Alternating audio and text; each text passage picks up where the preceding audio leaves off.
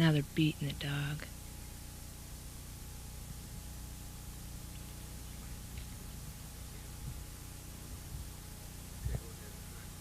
The youth of Shoalwater Bay Reservation are interested in learning about their heritage and how they can help retain the Indian identity in a fast progressing world. Through counseling and teaching the young people to be proud of their reservation and heritage, we feel we that one was hard. Let's try it again.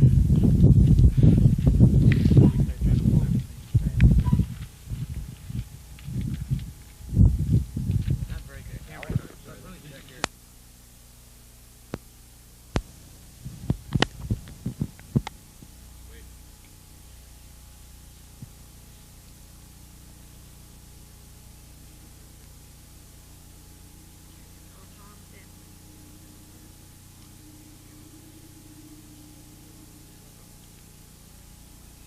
The youth of Shoalwater Bay Reservation are interested in learning.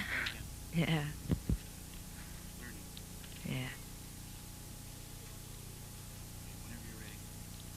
The youth of Shoalwater Bay Reservation are interested in learning about their heritage and how they can help retain the Indian identity in a fast progressing world.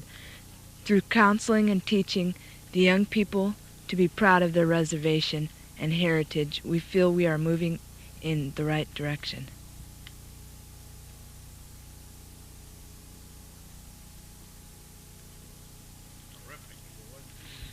I was trying to move it up and hold it long enough for her to continue on. West Coast or... Did you want to use a cassette on this too? I don't think so. Okay.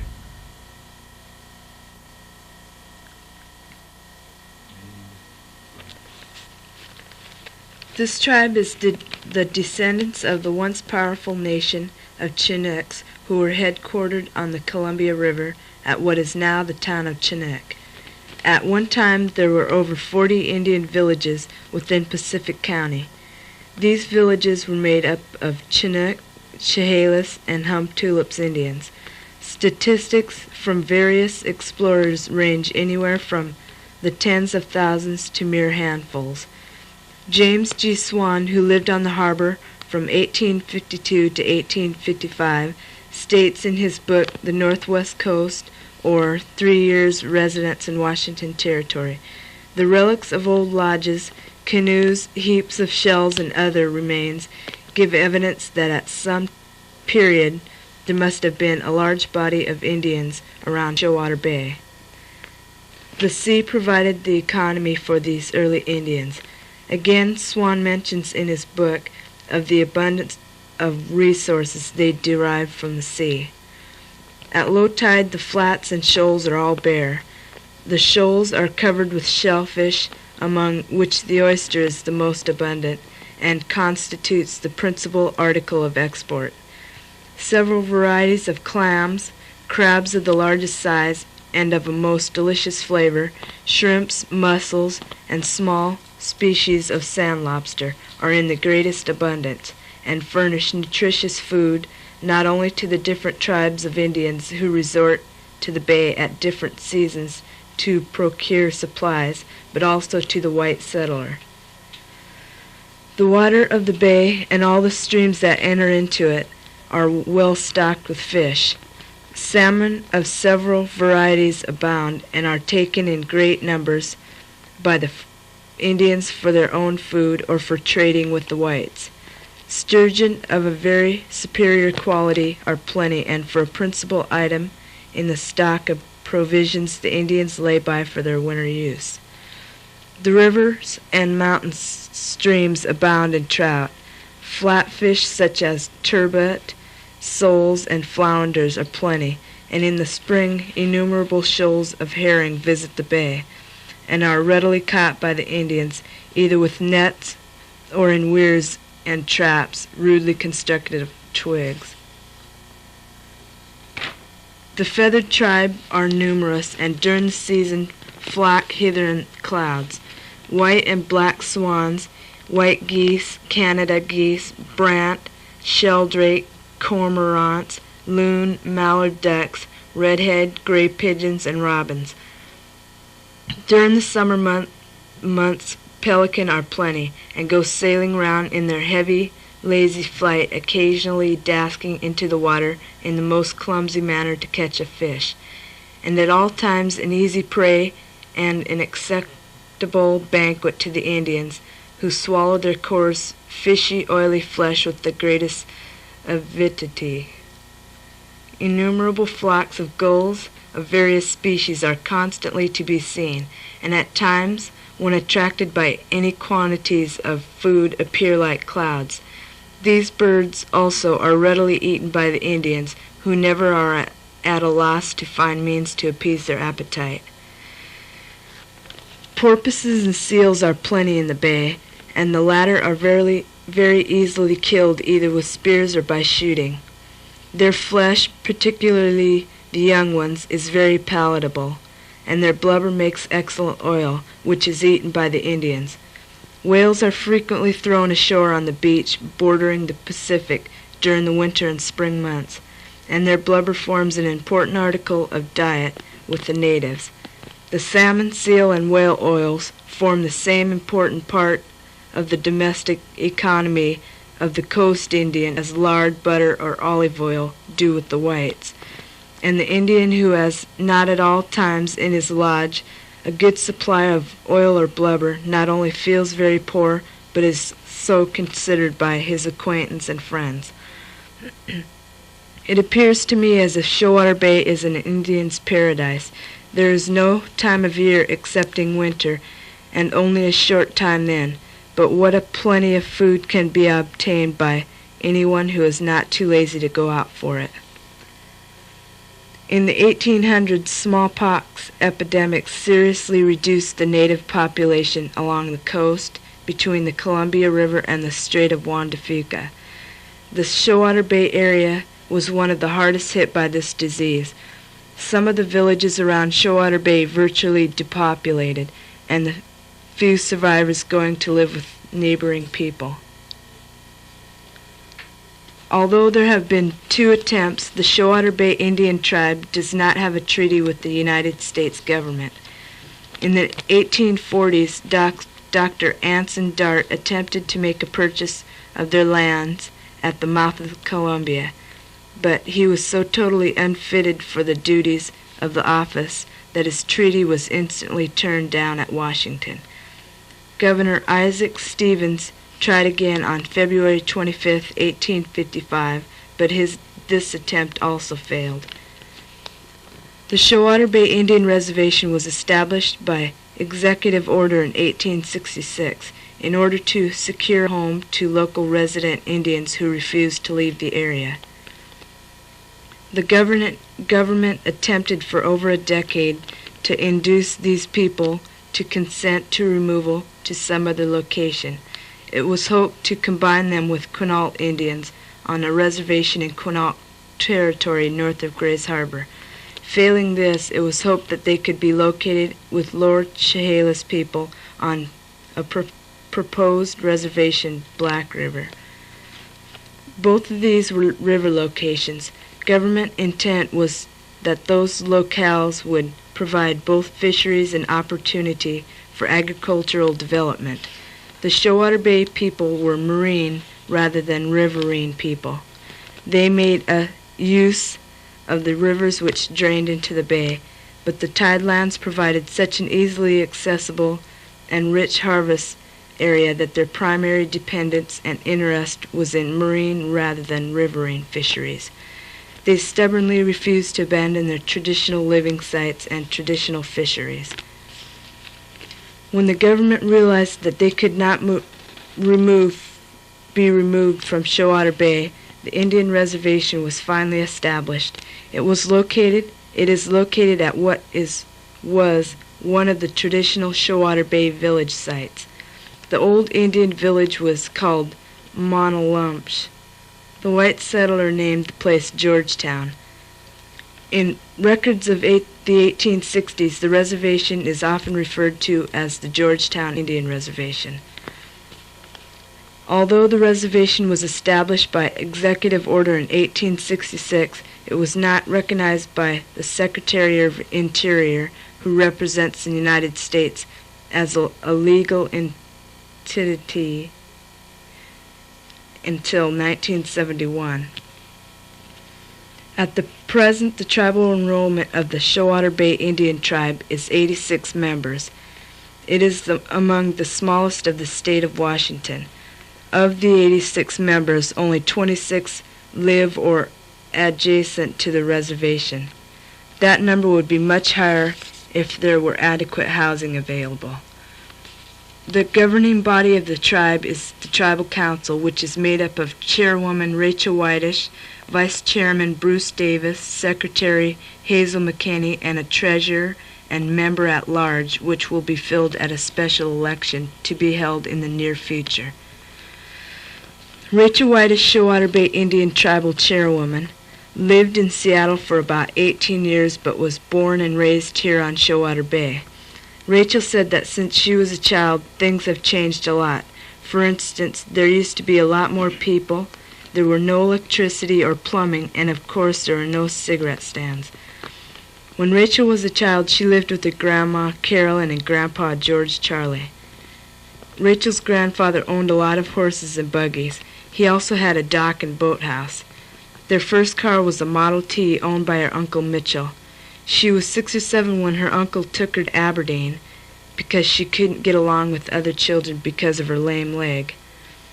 Traveling to Aberdeen and back took a full day's drive. The Y by the state park was all plank road. Only one car could go on it at a time. Also, Rachel said that by the Bay City Bridge, which wasn't there then, there was a barge-like ferry that carried people and cars across the water. Rachel said that their main diet on Shoalwater Bay was fish, clams, and oysters.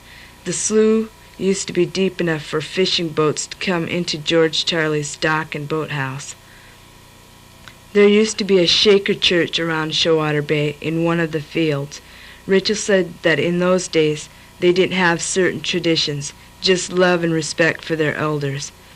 When asked what her goals are for the tribe, Rachel said, to benefit all tribal members, and I would like to have a community center built to be proud of, and I have hopes of bringing our people closer together. The only economy derived on the reservation at this time are two smoke shops, owned and operated by Doug Davis and Myrtle Landry. The once great abundance of marine resources have vanished. An extensive search was made in 1974 of the remaining reservation sand flats and tidal channel banks, but no shellfish or any kind were found except very large numbers of sand shrimp. The old ways are still kept by many tribal members. Lorraine Anderson finds beadwork enjoyable, relaxing, and profitable. She learned the ancient art from Mary Frank of Nisqually and Maybelle Thomas of Tohola. Lorraine has been doing beadwork almost daily for 15 years. Much of Lorraine's work, most of which are her own designs, including headbands, hatbands, chokers, necklaces, watch bands, earrings, neckties, belts, hair ties, and beaded bags, are sold at the Teepee Village, one of the reservation smoke shops, and from her home in Seattle. Lorraine is also very interested in teaching beadwork, especially to the young people. Besides being an inexpensive art form, she says that it's not difficult to learn. The young people on the reservation are deeply interested in their heritage. Each summer, many of the tribal members' children move to the reservation in order to work on the Summer Youth Project, which is supervised and coordinated by Joanne Rosander. Joanne works out a program each year that will be both profitable to the reservation and educational to the young people. This summer's largest project has been the gardens, which has have been divided into age group plots, older and younger children. The land the gardens are situated on has not been used for 30 years, so needless to say they have been busy fighting weeds. Among the produce planted are strawberries, tomatoes, cucumbers, squash, peas, corn, beans, potatoes, radishes, and carrots. It was decided by the General Council that after harvesting the crops, the young people could sell the produce and use the profit for next year's youth program. Besides the garden project, they have partially cleared the reservation cemetery, a job that was started last year. They also make sure that litter is picked up along the highway and beaches within the reservation. Another program that Joanne Rosander has been trying to start is a Shoalwater Bay Indian language course. This would be taught by Mrs. Irene Shale. Irene has known the Shoalwater Bay Indian language since she was born. She was raised speaking the English and Indian language. She feels that the language fits the history of Shoalwater Bay somehow. Irene has never taught anybody the language except she used to talk to her grandchildren in Indian and they learned bits and pieces. She wants to teach a class of people the Indian language so that it may be passed on. Irene, her sister Nina Bumgarner, and a man named Henry Cultee are the last and only people living who know the whole Shoalwater Bay language. The language, says Irene, is not too hard to learn, not as hard as others. She would like to teach people 4 years of age and up. That way they can all help each other out and learn more. She would like to teach orally and written. She said that if a person wants to know the language, he wants to know the history too.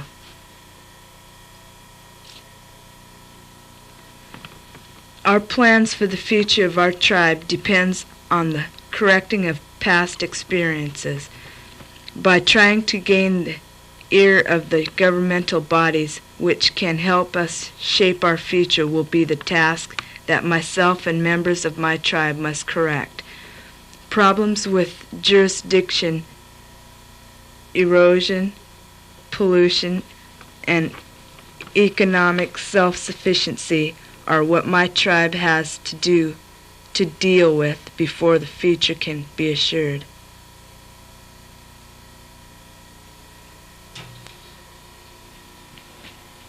This is room ambience. It's just over 15 minutes.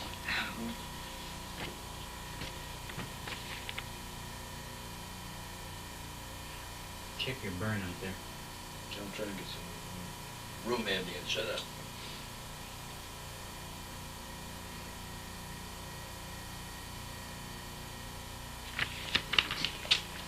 Oh.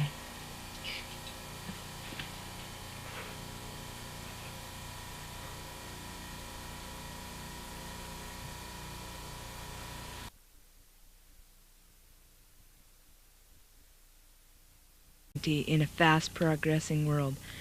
Through counseling and teaching the young people to be proud of their reservation and heritage, we feel we are moving in the right direction.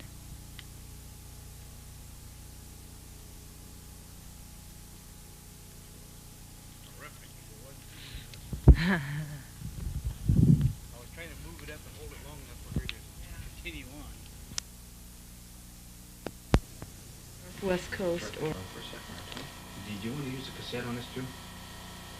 I don't think so. Okay.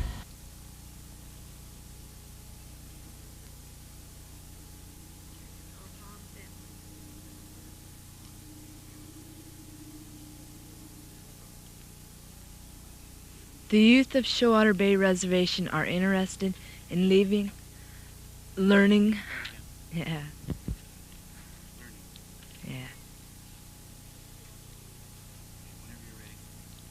The youth of Shoalwater Bay Reservation are interested in learning about their heritage and how they can help retain the Indian identity.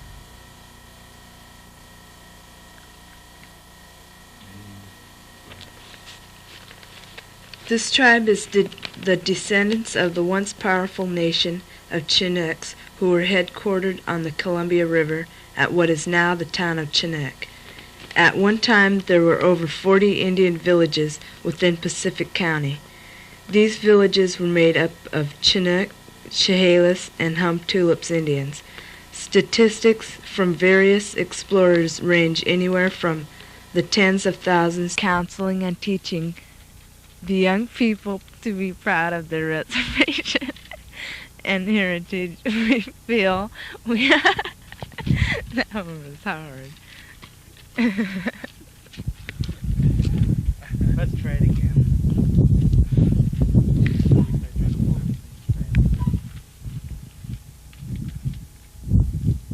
Not very good.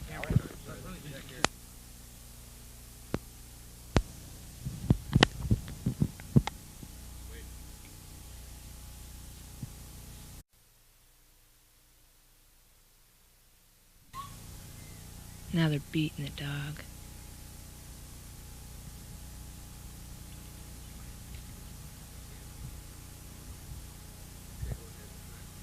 The youth of Shoalwater Bay Reservation are interested in learning about their heritage and how they can help retain the Indian identity in a fast progressing world through